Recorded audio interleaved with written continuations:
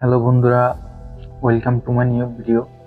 তো এটা আমার ব্লগিং জার্নির প্রথম ভিডিও। আমি রিসেন্টলি আপনার ব্লগিং শুরু করেছি। তো আপনারা আমার ভিডিও লাইক করবেন, কমেন্ট করবেন, শেয়ার করবেন, আমাকে সাপোর্ট করবেন, যাতে আমি উৎসাহ পাই, আরও প্রতিদিন ভিডিও বানানোর আগ্রহ পাই। ঠিক আছে? তো আজকের ভিডিওটা মূলত হচ্ছে কিছু টক্সিক ফ্রেন্ডশিপ বা টক্সিক রিলেশনশিপ নিয়ে কিছু কথা বলবো। টক্সিক ফ্রেন্ডশিপ বা টক্সিক রিলেশনশিপ বলতে কি, আপনার ফ্রেন্ডশিপ বা রিলেশনশিপের মধ্যে বা আপনার রিলেটিভের মধ্যে ঝগড়াঝাটি এগুলা হয় বেশি। তো আমরা বেশিরভাগ সময় দেখি কি, কোন কারণে মানুষের মধ্যে ঝগড়াঝাটি বেশি? যখন মানুষের মধ্যে ইগোটা বেশি থাকে।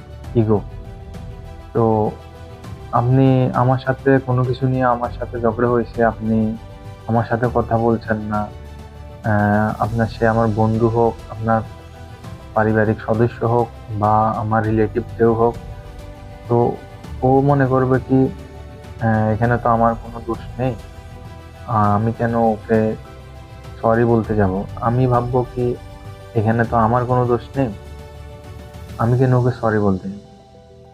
আসলে ভাই দেখেন, একটা সরি বললে একটা সম্পর্ক ঠিক হয়ে যায়, বা অপর প্রান্তের মানুষটাও তার রাগ আর ধরে রাখতে পারে না। তো আপনি যখন আপনার রিলেশনের মধ্যে, আপনার রিলেটিভের মধ্যে বা আপনার ফ্রেন্ডস এর মধ্যে ইগোকে টেনে আনবেন, ইগো টেনে যখন আনবেন, তখন কিন্তু আপনার ওই ফ্রেন্ডশিপ বলেন, রিলেটিভ বলেন, রিলেশনশিপ বলেন, কোনো কিছুই টিকে থাকবে না। দেখেন, এই দুনিয়াতে মানুষ কয়দিন আর বেঁচে থাকে। তো মানুষের মধ্যে তো ঝগড়াঝাটি হয়, কিন্তু সব মিলিয়ে মিলেমিশে থাকাটাই উচিত মানুষের।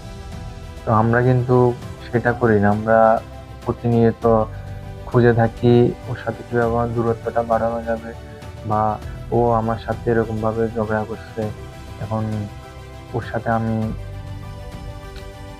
কেন কথা বলতে যাব? এগুলো বাদ দেন ভাই। ইগো কখনো, ইগো টেনে আনবেন না আপনার